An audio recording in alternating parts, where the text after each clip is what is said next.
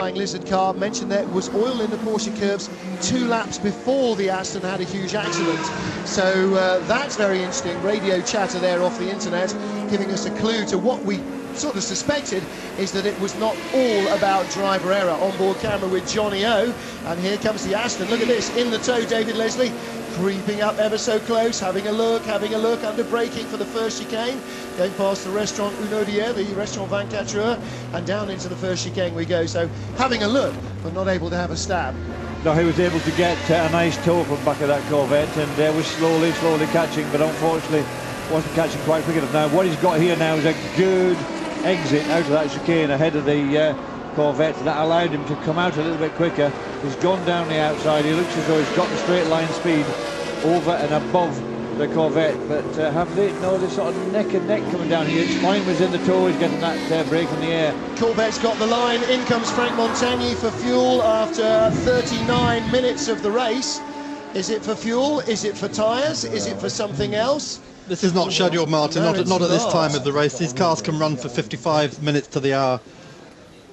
Well, he refuses a drink, but what have they done? They've cleaned his little screen. There's nothing else going on. He is having fuel, but there's somebody looking around at the back. Corvette still with the Aston Martin inside, but he has the right line for the Mulsanne corner. This is a great looking battle here. Don't forget the Corvettes didn't take on fresh tyres under the safety car, just having a quick top up. They got track position, they run first and second in GT1, but now the advantage of those fresh tyres being shown because the Corvette's really under pressure here. Well, while this battle continues, let's go down and talk to one of the architects of the battle, one of the architects indeed of the 007 and 009 cars, Dave Richards at ProDrive. David, a bit of frustration here, I think. What's happened? Darren came into the pits, and it was a bit of a late call coming into the pits, and he cut across the curb to coming into the pits, and he's destroyed. There's a carbon oil pipe at the front of the engine, which just broke, and he hit it hard on the curb, and it just broke. So the lads are changing the pipe. Hopefully the engine hasn't been damaged. We don't think the engine's damaged, but it's going to be a big fight back from here. How long will it take to get the car back out there? They're not too far away, it just depends. It's quite a complicated part to fit in the car, and I don't know, we'll wait and see. I'm assuming then that Darren is pretty disappointed with that. Darren's very upset with himself. He really feels very down, but we'll put him straight back in the car, and then it's a big fight from there on. They could just go flat out. Thanks, David. From the horse's mouth then, stop and go penalty for car number 14. That's the Dome Yard of Jan Lammers, the Racing for Holland car. Now, that's taken a while to apply. We normally get notification of speeding offences very quickly, and I would think that is a speeding offence, or possibly a passing under yellows offence, but I'm not sure where there is a...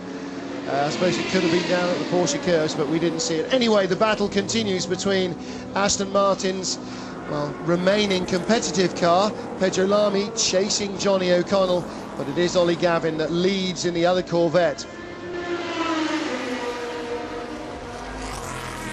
Audi still out front overall as this GT1 class battle, another one of the predicted sledgehammer battles, Corvette versus Aston Martin, continues just inches apart for second and third position.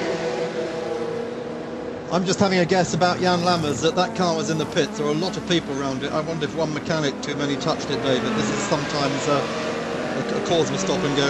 Yeah, that's always a possibility. The rules are for mechanics only when it's in the pit lane. You need more people than that on the car. You really need to have it in the garage. That's why so many of the teams you see now have got the ability to jack the car up, put it on little wheelies, spin it around and get it back into the garages quickly. That allows them to do a lot of work on it. We're seeing a repeat 1 lap later of what we've seen earlier on. The Aston down the inside, having a look at trying to get past the Corvette. He was never ever going to make that. Now what he's done, because he went down the inside, he hasn't come out as close to the back of the car as he did last time. He's a little bit further back. Maybe he can get the draft this time. And if he can get the draft behind him and come right up behind that Corvette, he might be able to pop out and put himself on the inside before he gets to the next corner. Corvette sees that happening, sees the slower GT2 car in front. I wonder where Pedro thinks that the Benos is going. Yes, exactly. Yeah. And that's the end of that out of the way. But in the pitch now, car number 13. Now this is a car that was the best of the Courage. Third place overall. Jean-Marc Gounod in the pits in the best Courage in the race, the Yokohama Advan tired car, and it looks like they are just in for fuel. So maybe with less than 45 minutes of the race completed, they are having fuel troubles again. Lamy having a good look, and this time he's monstering into Mulsanne. Johnny O using the traffic very well. The LNT Paynos obviously had nowhere to go, and Pedro had to pull out behind Johnny O'Connell's Corvette to follow past that time. But Johnny has always been master of the chop. We've seen it so many times in A11. Just let the guy get there and then boom, straight across his bows. That really unnerves him.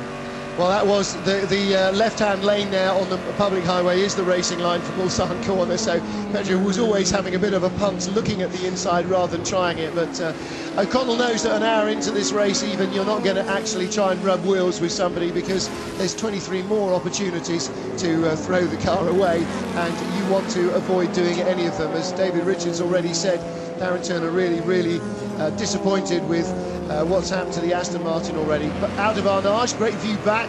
I don't suppose too many drivers see that view, do they? Because not too many people will be looking in their mirror out of Arnage, but that's the way it looks. Sweeping again along the public road, down towards Maison Blanche, and then he'll swing right, fast, right, hard into the Porsche curves any moment now. You'll see him cross the line as the Audis are rejoined.